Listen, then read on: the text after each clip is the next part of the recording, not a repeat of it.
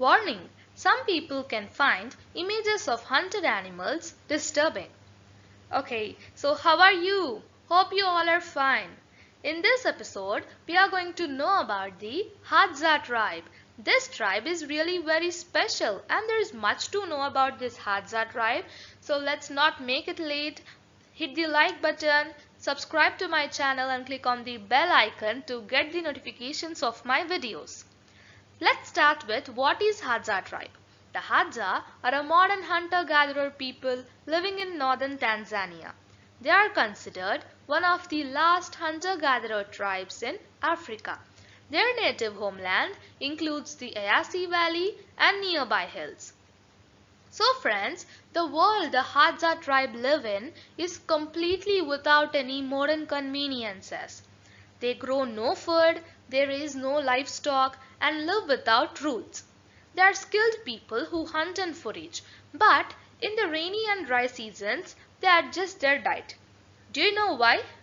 Because it's difficult to go out and hunt the animals and eat in those seasons. The culture of the Hadza is unlike any other. The concept of counting is foreign to them because there are no numbers in their vocabulary. And also they don't have any written history. Instead of that, they just pass these stories and memories from one generation to the next generation. So they don't use a calendar or clock so that they don't have a track of passage of days or time. The language of the Hadza tribe is also very unique.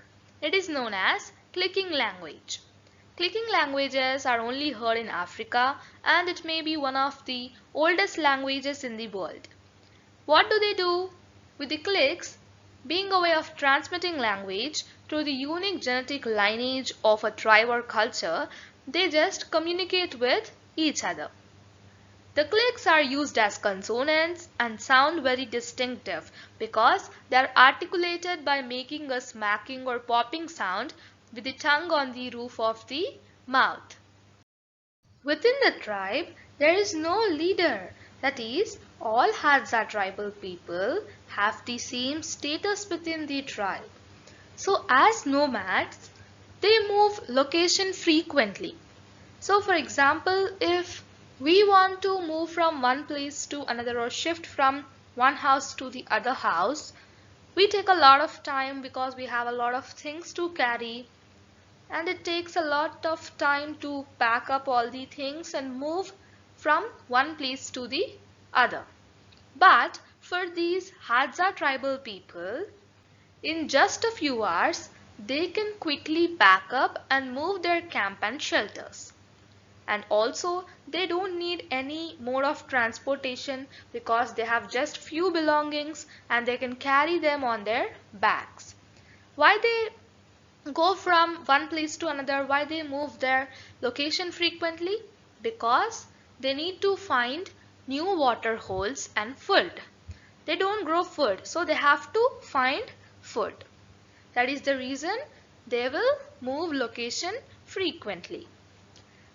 The Hadza tribe find its joy in their life in the Tanzanian wilderness.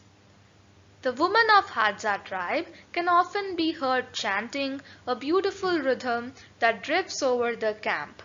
At the night, members of the tribe sit around the campfire telling stories and talking or dancing. On the night of a full moon, the Hadza perform their epim.